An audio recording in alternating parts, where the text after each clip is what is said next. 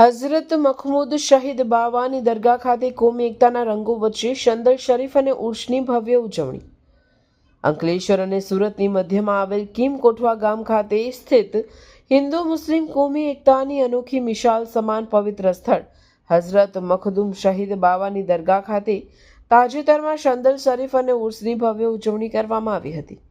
આ અવસર પર મોટી સંખ્યામાં અકીદતમંદો ઉમટી પડ્યા હતા અને સમગ્ર વાતાવરણ કોમી એકલાસથી છવાઈ ગયું હતું. દર વર્ષની જેમ આ વર્ષે પણ હઝરત મખદૂમ શહીદ બાવાના પવિત્ર ઉર્સની ઉજવણી માટે ધાર્મિક વિધિઓ અને કાર્યક્રમોનું આયોજન કરવામાં આવ્યું હતું. શંદલ શરીફની વિધિમાં કાર્યક્રમની શરૂઆત શંદલ શરીફની ભવ્ય પરંપરાગત યાત્રાથી કરવામાં આવી હતી. આ યાત્રામાં માત્ર મુસ્લિમ સમુદાયના જ નહીં પરંતુ હિન્દુ સહિત અન્ય ધર્મના અસંખ્ય લોકો પણ ઉત્સાહભેર જોડાયા હતા. શંદલ શરીફને લઈને અકીદતમંદોએ પગપાળા યાત્રા કરીને બાવા સાહેબની દરગાહ શરીફ ખાતે પહોંચી શ્રદ્ધાપૂર્વક ચાદરપોશી કરી હતી. કિમ કોઠવાનું આ સ્થળ ખરા અર્થમાં કોમી એકલાસનું કેન્દ્ર રહ્યું છે.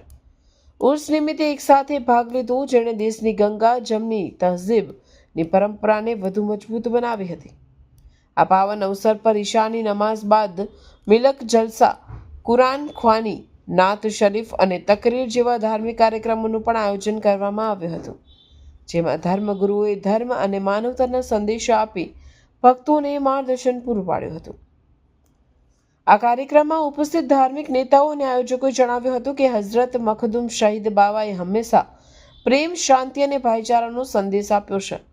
તેમની દરગાહ એ વાતની સાક્ષી પૂરે છે કે ધર્મ કે જાતિના ભેદભાવ વિના સૌ કોઈ એકસાથે મળીને આસ્થા અને શ્રદ્ધા વ્યક્ત કરી શકે છે.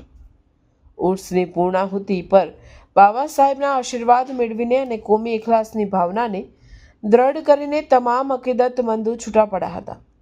આ ભવ્ય ઉજવણીએ ફરી એકવાર સાબિત કરી દીધું કે ગુજરાતની ધરતી પર આજે પણ સર્વધર્મ સમભાવની ભાવના અડીખમ છે.